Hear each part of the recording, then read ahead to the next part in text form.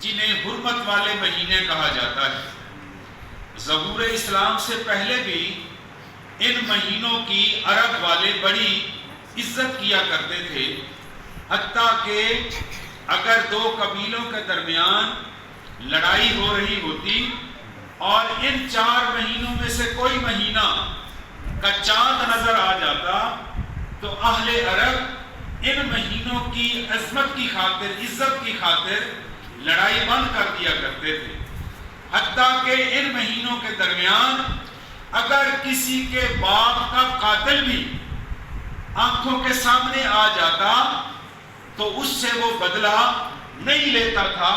اور وہ 4 عزت اور حرمت والے مہینے، پہلا ہے محرم، دوسرا ہے رجب المرجب، تیسرا ذی القعدہ اور چوتھا ذی الحج۔ تو ان مہینوں کی عزت اور عظمت پہلے بھی تھی۔ نبی پاک علیہ السلام کی جلوہ گری ہوئی تو حضور نے ان مہینوں کی عظمت کو، حرمت کو اور عزت کو برقرار رکھا، اور ماہ محرم اور حرام کو تو حضور نے اللہ کے حکم سے جو شانیں ملی ان کو بیان فرمایا کہ یوم عاشور یعنی 10 محرم کا دن یہ ایسا بابرکت دن ہے کہ جس میں حضرت آدم علیہ السلام کی تخلیق ہوئی۔ آدم علیہ السلام کی جب آپ زمین پر تشریف لائے تو جس دن آپ کی توبہ قبول ہوئی وہ بھی 10 محرم کا دن تھا۔ جس دن طوفان نوح میں حضرت نوح علیہ السلام کا بیڑا یا کشتی کنارے لگ گئی وہ بھی 10 محرم کا دن تھا۔ اسی طرح بڑے بڑے تاریخی واقعات ہوئے تو اللہ نے ان کے لیے 10 محرم کا انتخاب کیا، اور جب حسنین کریمین اور شہیدان کربلا کی عظیم آزمائش کا وقت آیا تو اس وقت بھی مالک بے نیاز نے 10 محرم کا انتخاب فرمایا۔ 10 محرم الحرام سن 61 ہجری کو اللہ کے عاشق، اس کے محبوب کے عاشقوں نے اپنے خون سے محبت اور عشق کی وہ تاریخ رقم کر دی جس کی مثال قیامت تک دنیا پیش نہیں کر سکتی۔ یہ وہ عاشقان خدا ہیں جن کے بارے میں علامہ اقبال نے فرمایا صدق خلیل بھی ہے عشق، صبر حسین بھی ہے عشق، معرکہ وجود میں بدر و حنین بھی ہے عشق۔ حسنین کریمین کو اللہ پاک نے شہادت کے عظیم منصب پر فائز فرمایا، اور شہید کا شان قرآن کریم نے خود بیان فرمایا۔ اللہ تبارک و تعالیٰ نے اپنے محبوب کو خود آداب سکھائے۔ نبی پاک علیہ السلام خود ارشاد فرماتے ہیں کہ میرے رب نے لوگوں، ہمیں تو استاد ادب سکھاتے ہیں، اخلاق سکھاتے ہیں کہ بڑوں سے کیسے بولنا ہے، چھوٹوں سے کیسے شفقت کے ساتھ پیش آنا ہے، دوسرے کے ساتھ کیسے آپ نے کس انداز سے بیٹھنا ہے اس کے سامنے۔ یہ ادب آداب ہمیں ہمارے بزرگ، ماں باپ اور اساتذہ کرام اور پیر و مرشد سکھاتے ہیں۔ آمنہ کے لال، حضور کو ادب سکھانے والا خود خدا ہے، اور حضور نے فرمایا کہ میرے رب نے مجھے ادب سکھایا اور بڑا احسن طریقے سے سکھایا۔ ادبنی ربی، یہ حضور فرماتے ہیں میرے رب نے مجھے ادب سکھایا۔ تو ان آداب میں سے ایک ادب بھی یہ ہے کہ جس کو اللہ شان دے ہمیں بھی اس کی عزت کرنی چاہیے۔ شہیدوں کو اللہ نے یہ شانیں عطا فرمائی ہیں، صالحین، شہداء، صدیقین اور پھر انبیاء، یہ 4 ایسے گروہ ہیں جن کو اللہ نے بڑی شانیں عطا فرمائی ہیں۔ ان میں سے یہ دوسرا گروہ ہے جسے شہداء کا گروہ کہا جاتا ہے۔ تو قرآن پاک نے ہمیں خبردار کیا کہ کسی بھی شہید کے بارے میں جب تمہارے ذہن میں خیال آئے یا تمہاری زبان پر کسی شہید کا نام آئے تو اس وقت بولنے میں جلدی نہ کرنا، سوچنے میں کبھی جلدی نہ کرنا، بلکہ کیا کرنا؟ فَلَا تَقُولُوا لِمَن يُقْتَلُ فِي سَبِيلِ اللَّهِ أَمْوَاتٌ، جو اللہ کی راہ میں قتل ہو جائیں انہیں مردہ نہ کہنا، وہ مردہ نہیں ہے۔ اگر تم کسی شہید کو مردہ کہو گے تو یہ اللہ کی بارگاہ میں بھی بے ادبی ہے، حضور کی شان میں بھی بے ادبی ہے، اور اس شہید کی بھی آپ توہین کر رہے ہیں۔ کیوں کہ شہید ہوتا ہی وہ ہے جس کو اللہ پاک دونوں جہان کی حیات جاودانی عطا فرما دیتا ہے۔ شہید کے خون کا پہلا قطرہ زمین پر بعد میں گرتا ہے، اسے پہلے جنت کا دیدار کرا دیا جاتا ہے۔ شہید کا مطلب ہے گواہی دینے والا، اور شہادت کا مطلب ہے گواہی۔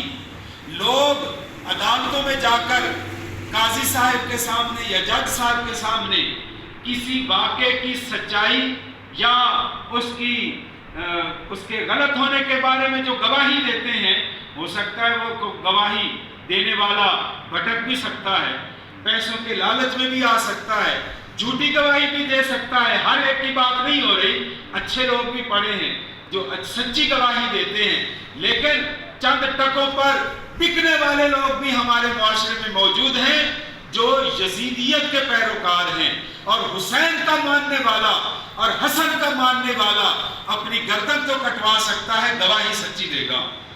لیکن شہید وہ ہے جو کسی جج کے سامنے، کسی دنیا کی عدالت کے سامنے جا کر گواہی نہیں دیتا، بلکہ وہ اپنے مالک کائنات کے سامنے اپنے خون سے گواہی دیتا ہے کہ تو وحدہ لا شریک ہے، تیرا نبی سچا رسول ہے۔ اس لیے فرمایا وَلَا تَقُولُوا لِمَن يُقْتَلُ فِي سَبِيلِ اللَّهِ أَمْوَاتٌ بَلْ أَحْيَاءٌ وَلَٰكِن لَّا تَشْعُرُونَ، بلکہ وہ جو اللہ کی بارگاہ میں شہید ہو جائیں وہ تو زندہ ہوتے ہیں، لیکن ان کو زندگی ایسی دی جاتی ہے جسے تم سمجھ نہیں سکتے، جو تمہاری سمجھ میں آنے والی بات نہیں ہے، ورنہ شہید تو زندہ ہوتا ہے۔ اور بے شمار واقعات آپ نے پوری روئے زمین پر، خاص طور پر اسلامی دنیا میں دیکھے کہ شہیدوں کی قبریں کئی 100 سالوں کے بعد کھولی گئیں تو پھر بھی ان کا وجود تر و تازہ اور ان کا کفن بھی تر و تازہ، بلکہ جس شہید کو انہی کپڑوں کے ساتھ دفن کیا جاتا ہے ان کے زخموں سے خون صدیوں کے بعد بھی ٹپک رہا ہوتا ہے، جس کا مطلب ہے اللہ نے انہیں حیات جاودانی عطا فرمائی ہے۔ اب آئیے، امام حسن پاک بھی شہید ہوئے اور امام حسین بھی شہید ہوئے، دونوں کو اللہ نے شہادت کا ایسا رتبہ عطا فرمایا، اور یہ اس آزمائش میں ایسے کامیاب ہوئے۔ کیوں کامیاب نہ ہوتے کہ جن کی تربیت آغوش مصطفیٰ میں ہوئی۔ نبی پاک علیہ السلام کی خدمت میں جب حسنین کریمین آتے تو امام حسن کے حضور ماتھے کو چوما کرتے تھے اور حسین پاک کی گردن پہ بوسہ دیا کرتے تھے۔ تو عرض کیا کہ یا رسول اللہ، ماتھے یا رخسار پر تو بڑے پیار کرتے ہیں اپنے بچوں کو، گلے پر پیار کیسے؟ یہ ہماری سمجھ میں نہیں آیا۔ تو حضور نے فرمایا کہ سیدہ شباب اہل الجنہ، حسن اور حسین دونوں جنت کے نوجوانوں کے سردار ہیں۔ اور پھر ایک اور جگہ پر فرمایا ہما ریحانی من الدنیا، بخاری شریف کی حدیث پاک ہے کہ یہ حسن اور حسین دونوں دنیا میں میرے پھول ہیں۔ اس لیے آپ کا لقب ہے سبت۔ سبت کا مطلب ہے پھول، سبت رسول۔ اس سبتین کا معنی دو پھول، سبتین کا معنی کیا ہوگا؟ حسن بھی پھول ہے اور حسین بھی پھول ہے۔ اور حضور ان دونوں کو پیار کرنے کے بعد پھر ایسے سونگا بھی کرتے تھے۔ عرض کی یا رسول اللہ، بچوں کو پیار تو کیا جاتا ہے، سونگتے ہوئے کسی کو نہیں دیکھا۔ حضور نے فرمایا میں انہیں اس لیے سونگتا ہوں کہ ان سے جنت کی خوشبوئیں آتی ہیں۔ اللہ تبارک و تعالیٰ نے ان دونوں کو وہ عظمت اور شان عطا فرمائی۔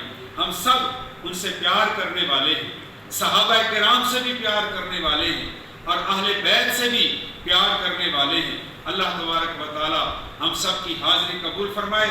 مجھے یاد آ رہا ہے ان دونوں شہزادوں، کیونکہ آج کی اس شہادت حسنین کریمین کے ہمارے اس محفل پاک میں بچوں کی کثیر تعداد موجود ہے، تو ان بچوں کے سبق کے لیے کہ جب یہ اسکول میں جاتے ہیں یا واپس گھر آتے ہیں تو ماں باپ انہیں کہتے ہیں بیٹا پڑھا کرو لکھا کرو، تو ان کی شوق میں اضافے کے لیے یہ میں حدیث پاک بیان کر رہا ہوں کہ دونوں شہزادوں نے بچپن میں تختیاں لکھی. تختیاں لکھنے کے بعد اپنی اماں جان حضور کی چوتھی صاحبزادی خاتون جنت کی خدمت میں حاضر ہوئے. اماں جان بتائیے ہم میں سے خط کس کا اچھا ہے؟ تو حضرت فاطمہ الزہرا نے فرمایا بیٹا حسن بھی شان والا حسین بھی شان والا، کس کا خط اچھا کہوں اور کس کا نہ کہوں یہ فیصلہ فاطمہ نہیں کر سکتی، اس کا فیصلہ آپ کے بابا جان مولا علی شیر خدا فرمائیں گے. حضرت علی کی خدمت میں آئے، آپ نے بھی معذرت کی، فرمایا بیٹا اس کا فیصلہ میں علی نہیں کر سکتا، اس کا فیصلہ نبیوں کا امام فرمائے گا. سبحان اللہ. نبی پاک علیہ السلام کی خدمت میں حاضر ہوئے. حضور ابھی ارادہ فرما رہے ہیں لب کشائی کا کہ اللہ کی طرف سے حکم ہوا، اے میرے محبوب اس کا فیصلہ خدا فرمائے گا. صحابہ کرام کا جب گھٹا ہے اور حضور صحابہ کرام کے درمیان یوں تشریف فرما ہے جس طرح ستاروں کے اندر چاند چمک رہا ہو. سبحان اللہ. اب سارے تجسس میں ہیں کہ اللہ کیا فیصلہ فرماتا ہے، حسن کی تختی کا خط اچھا ہے یا حسین کا؟ تو اللہ پاک کے حکم سے جبریل کو حکم ہوا جاؤ جنت سے ایک سیب توڑ کر لے جاؤ. آپ مدینہ شریف میں پہنچے اور عرض کی یا رسول اللہ دونوں شہزادوں سے کہیں کہ یہ اپنی تختیاں ایسے آگے ہوا میں پھیلائیں، میں اوپر سے سیب گراؤں گا، جس کی تختی پر سیب آ کر گرے گا اس کا خط اچھا ہوگا. اب صحابہ کرام کو اور تجسس ہوا جب دونوں شہزادوں نے تختیاں باہر نکالی، جبریل امین نے اوپر سے جنت کا سیب پھینکا، جب وہ نیچے آیا خود بخود دو حصوں میں تقسیم ہو کر آدھا حسن کی تختی پر اور آدھا حسین کی تختی پر. گویا خالق کائنات نے بھی یہ اعلان کر دیا کہ حسن بھی شان والا ہے اور حسین بھی شان والا ہے. پیارے بچوں آج کے بعد جب آپ کو استاد محترم یا ماں باپ کی طرف سے کاپی لکھنے کا آپ کو حکم دیا جائے یا آپ کو فرمان جاری کیا جائے تو اس وقت آپ آج کے بعد جب کاپی یا تختی لکھیں تو اس وقت آپ کے ذہن میں یہ ہو کہ میں امام حسن اور امام حسین کی سنت پر عمل کر رہا ہوں. پھر آپ بھی بڑے ہو کر حسنی اور حسینی بن جائیں گے اور گیلانی بن جائیں گے اور بخاری بن جائیں گے. اللہ تبارک و تعالی ان سادات کے ساتھ محبت کا اور غلامی کا اللہ ہمیں تعلق مضبوط رکھنے کی توفیق عطا فرمائے. وما علینا الا البلاغ.